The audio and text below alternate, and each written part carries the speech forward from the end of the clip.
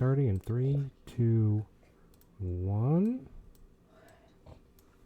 All right, everyone, welcome. Hello, everybody. Fuck.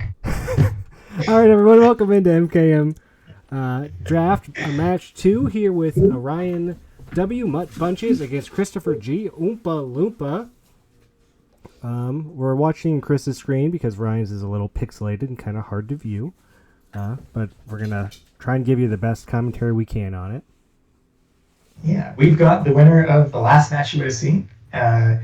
Ryan's Boros deck getting off to an early start with the 2-1 Power Stone Engineer here. And Chris's hand looks like it's got, well, something that's pretty special once you get to 5 here. He's doing the count to 5, play the card. And it looks like he's going to be able to count to 5 this game. Trade Forced here, this is the one that flips, I believe, into some sort of angel, and so sad that we don't have the island in play to get the rebounded invoke, but he's got them side by side. He knows what the dream is. He's just waiting for the right. He knows. I wonder if he was able to do it yet. Or if we'll see it. Yeah. We got just one turn off here, which is somewhat unfortunate. I mean, I guess the Blade Master. Is that the Death Touch backup one? Or is it a different one? No, it's plus pay mana, give it +2/+2. Oh, I see.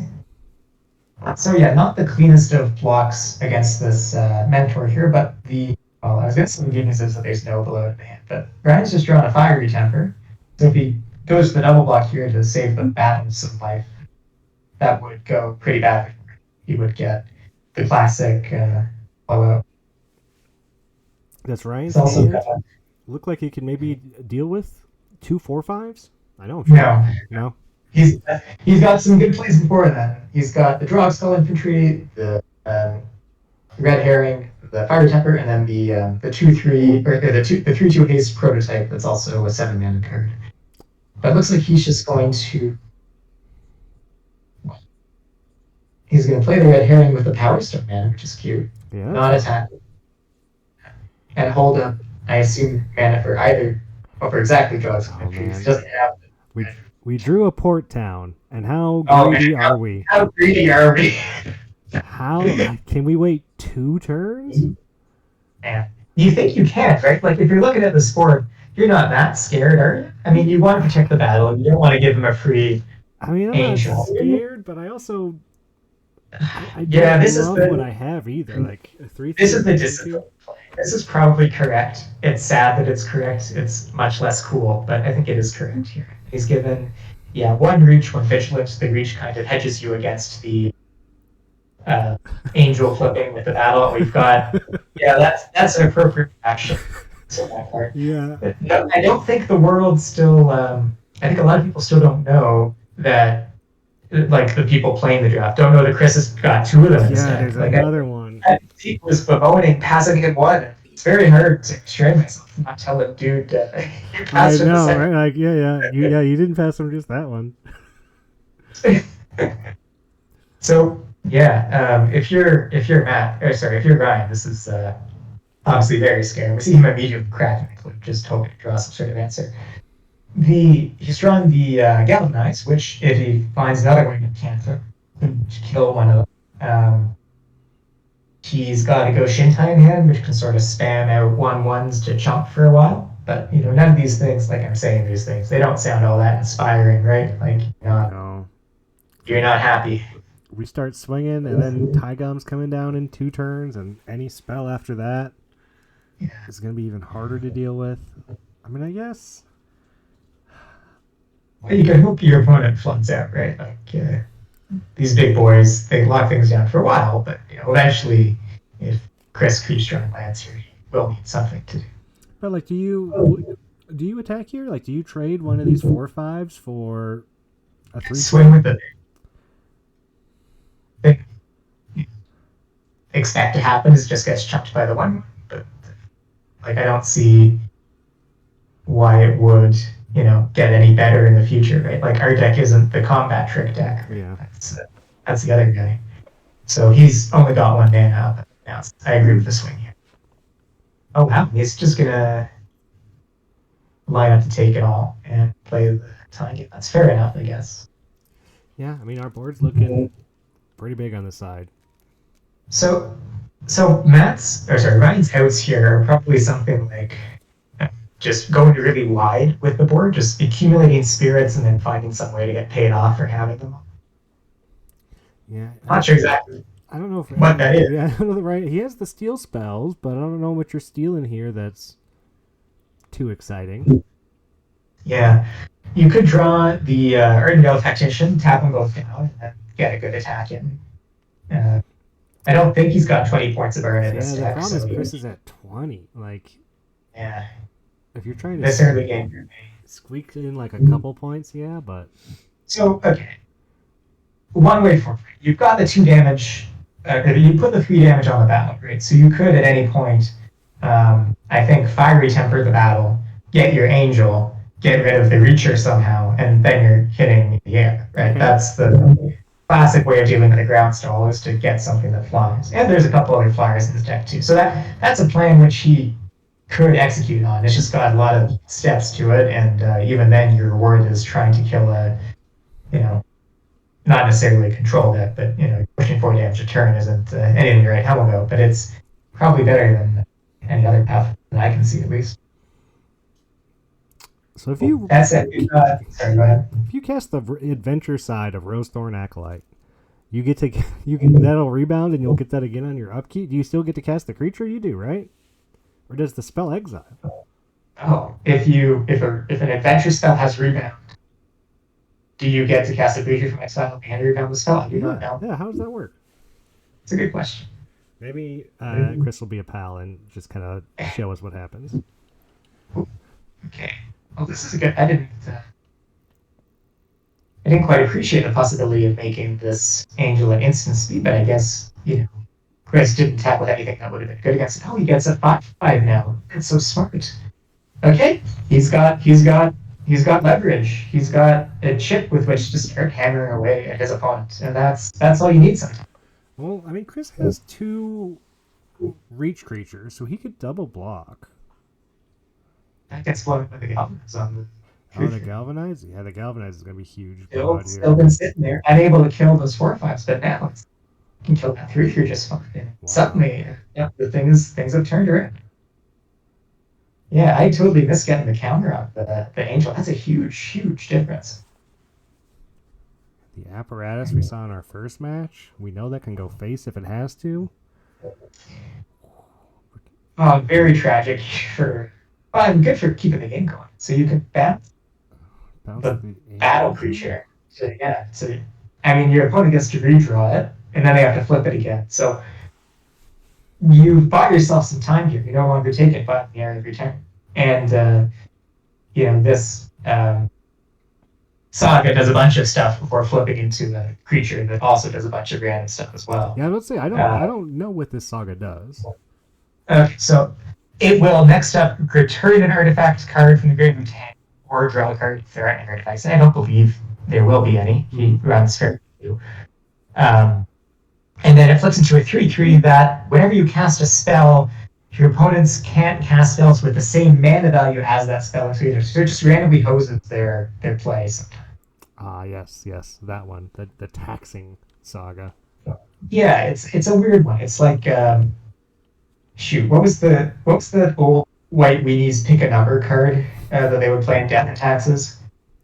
Oh, I don't know. It's like that, except instead of picking a number, you just cast the spell and then it picks that number for you. Not Meddling Mage. I don't know. Somebody played Legacy, tell me. And frustratingly for Chris, he's going to be in the worst spot of ever against Wojak Investigator here, which is having land in hand that you can't dump. Yeah. So then you're flooding and your opponent's making clues every turn. Wow, what a turnaround from Ryan. Here we were saying that like this hand looked unbeatable. And it's not looking great.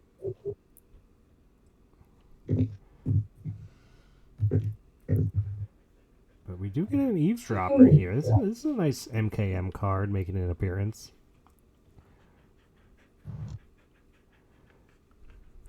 Really just digging for any kind of spell. We can rebound. I mean, I guess it rebounds. Oh no, but it doesn't. You don't need delirium.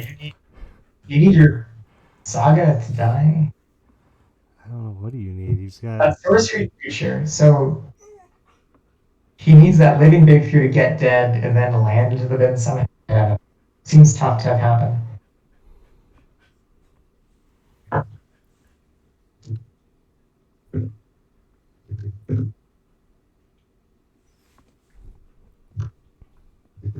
Yeah, now all of a sudden, Ryan's just been spitting out 1/1s for turns now, and. Uh, the card I was thinking of was Sanctum Prelate. Thank you to whoever messaged me back. But yes, more importantly, this Wojciech Investigator is going to. It's a very scary thing to block. Right? So, looking as far as I can see in Matt's hand, I guess the apparatus would be the blowout here, right? So you just face up, you Yeah, can't it's block. all face up. Yeah. Yeah, and then if you let it through, the apparatus can finish off the invasion and get you your angel, whenever. Boy, it's a rock and a hard place, isn't it? Yeah. So if you're Chris, though, you've got some outs to draw to here. So your second Invoke the Ancients is one. Colossal Sky Turtle buying back Invoke the Ancients is two. Gauntlet and Marwyn is castable and is a 12/12 giant dinosaur that makes more dinosaurs. In terms of spell, like some way to get Delirium for so that you can rebound or traverse the Ultimate Wall.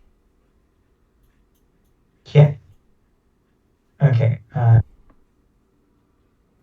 Adam's pointed out by the DM, so there might be some fun interaction with the Saga creature and casting the backside of a battle. And I don't think the Saga is, so it doesn't trigger on 0 itself, but I don't know what the CMC of the backside of a battle is, whether it's 0 or whether it's the CMC of the front. So while that was still around, there was the slight possibility that the battle will have got hosed, but it's dead now, so it doesn't matter. And now we're in a spot where, Traverse is, one card away from being able to trigger up probably Gauntlet and Marwyn. Or one card tip away, rather. But that's looking pretty far, and Ryan keeps drawing gas. He's got the Drug Skull Infantry in hand since forever, and he's got Unleash Shout to remove anything big that Chris can put in his way. So even if he were to regrow or draw and evoke the agents here, one of them would get answered cleanly, and these spirits are heading up. We're starting to get to the point where going wide around Chris's creatures is a viable solution to any problem Chris could present. Yeah, Ryan just seems to be getting wider and wider every turn. He's adding more to the board.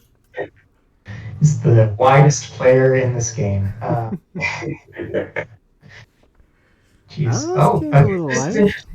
This is big. The life gain is big, but also this is delirium fuel, right? Once you play the you attack, you trade out, you've got yourself a demonic tutor, but not a worldly tutor. You can traverse the open wall with delirium. And then if you're really spicy, you can give up your tie game to rebound. But yeah, you're still getting but for now you're still under some pressure. You're taking 6 in the air. And that adds up pretty fast. Yeah. I mean, he's at 26. He can do it for a little bit. But yeah. Not too long. No, not too long, indeed. So now he's got to do the chumpa check with the boulder branch going, yeah, here it is. And then is Matt going to get the suspicion, right? And just chump with one spirit? No, he's going to throw... Looked like he's going to throw all the spirits. There really isn't a reason to put more than one in front of it. It's not bad to have a big creature be dead. Like, I sort of get the impulse here, but yeah, this is going to work out pretty badly because it's going to mean probably Galton Mark coming. Assuming, like, he blocked with 7 to play around and removals. That's gaming. All right, and now Traverse is on hand. So this can't still got things. He's going to be able to get his 2 best creatures. Like, you get Galton. Oh, no, tie game only gives you rebound if you attack. Oh, okay. Yeah. See, I never played with tie game. I don't really know how it works. It's like an old, used to be like a commander card for like old CDH decks. You just play time walks with it and win the game that way. I understand it. Yeah. But it's kind of falling out of favor. Point being, Um, this is just going to be a single seal. And I'm not sure when exactly he's going to try to cash in that time game for a spell. His deck is, I mean, the second Invoke the Ancients would probably be the one you do it. The other one, I guess, he was looking for was, do I want to get the Sky Turtle, regrow the Invoke the Ancients? Yeah. Maybe, I guess, would have been the other play like that. But just playing a 12-12 against Trample, against this board, is just, like, the Unleashed Shell, the 5-mana removal spell that's in his opponent's hand, that gets you less than half of the way to killing this thing. It's so big. It's very big. I mean, a red deck is probably never going to kill it. A white deck can. So he's got those pacifisms in the deck. We've seen them before. He just doesn't have any in hand right now. I'm curious to see what this Gauntlet does. If he goes for dinosaurs or vampires or... Oh. There's a bunch of 1/1 lifelinkers. They seem fine here. All these 2/1s and 1/1s. You might feel like you need the life against the flying damage. Oh, no. Ryan's drawn the Shattered States Arrow. And you know who could really use a 12-12 Trampler right now? It's your friendly local Boros deck. Holy jeez. Make 9 1/1s tapped and attacking too. It's too bad. If this weren't being streamed, like, Ryan would be able to present to his opponent that, like, in paper, you probably, like, be like, hey, just how I drew it up when this happens. But no, we saw him just draw the card now. He's reading Delta. He's reading, like, what do I do with this fun new toy? Oof, that's brutal. Jesus. That's a big, big lad. And he doesn't get Delta back till the saga's done, right? Or does he get it back? No, it's not like that. He just gets to the winter. Like, it was the Theros one that worked that way. Okay, yeah, that's what I'm thinking of. Doesn't go for, yeah, nothing huge.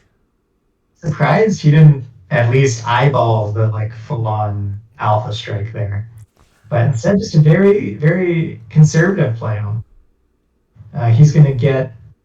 Well, I mean, he's going to put his opponent... Oh, I see. He's going to put his opponent to 18, and he's got Unleashed Shell in hand, which he cannot cast this turn, but which will kill when he does cast it, because his opponent... Okay, it looks like they're going to sacrifice the element to gain 3 life. Interesting. I think no matter which way you slice it, this is very, very bad news for our friendly local Oompa Loompa here. Yeah, I don't. You can't give the Ancients lifelink, can you? I don't think. I know that's not what the counters select. Oh, that's too bad.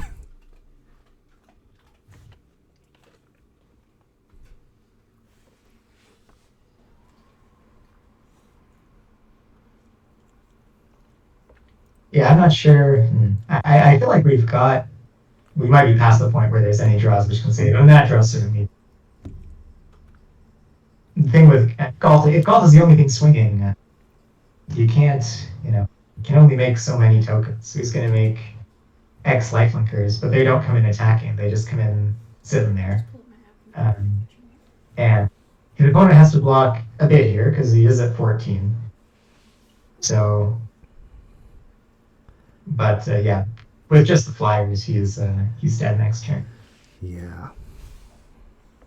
That was a fun game one. Yeah, what a turnaround, really. I mean... Yeah. Various points, I think we thought it was locked up for both players, and that's a sign of a good game. Oh, whoa, actually, hold on. He's still got the flyers. Okay, he's blocking everything but the flyers, just in case there's something crazy. And he's finally using this Drog Skull Infantry, which he's been holding forever. Or Shieldmere, rather. Yeah, okay. This is just a concession. All right. Yeah. What a game one. Wow. Yeah. I mean, so if you're Chris, what are you looking to sideboard?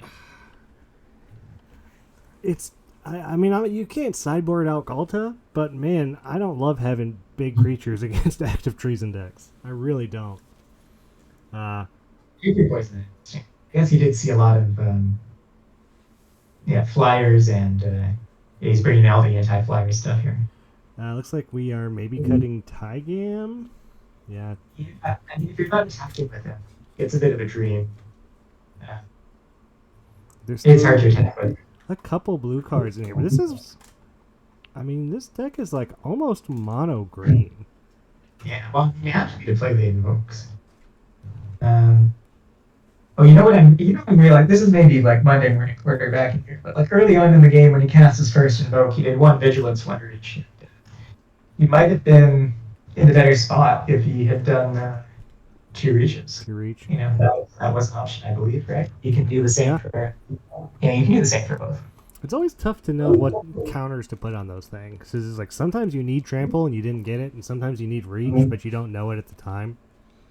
Vigilance is normally a good one. Like you want one attacker, one blocker is probably the split I have done most when I cast that card.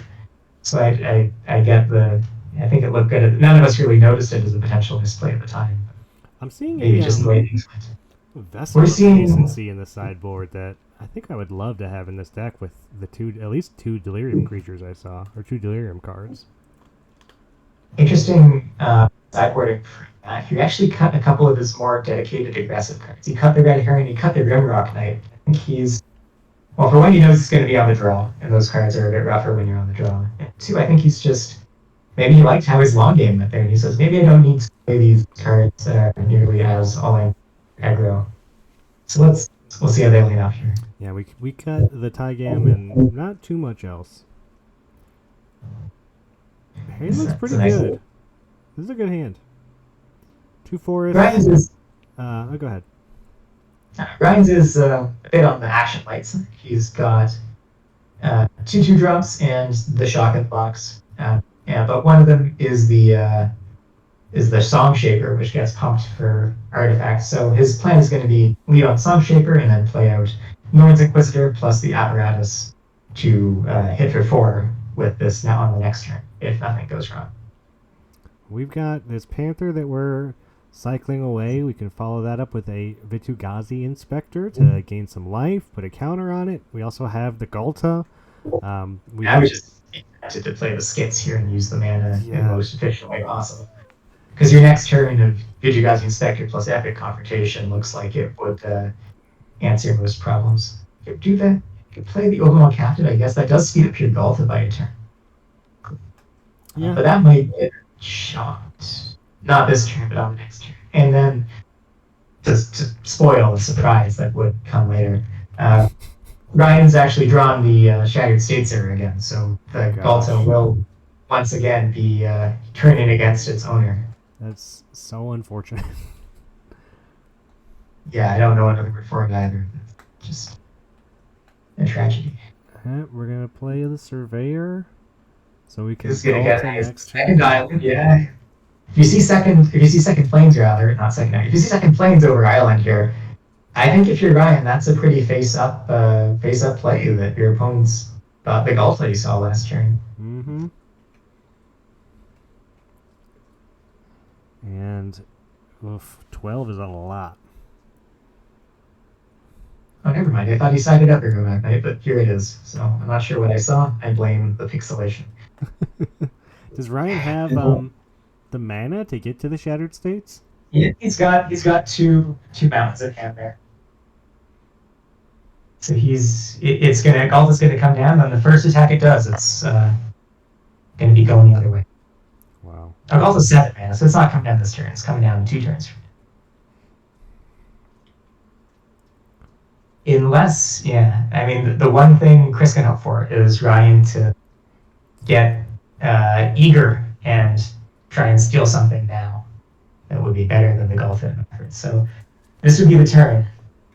Let's see if it doesn't cast in this turn. Yeah. Trouble is he's drawn on these shell as well, which you can just pass and hold up and feel pretty good about yourself doing.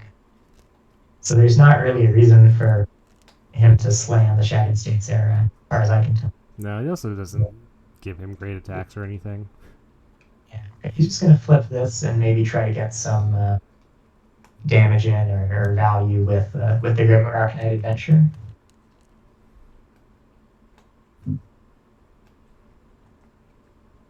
Yeah. Well, that doesn't line up super hot against the Explosive Apparatus. I mean, you don't get really blown out.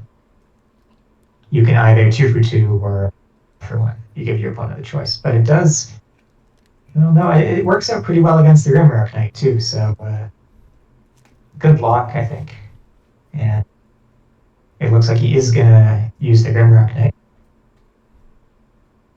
and play that creature. So now,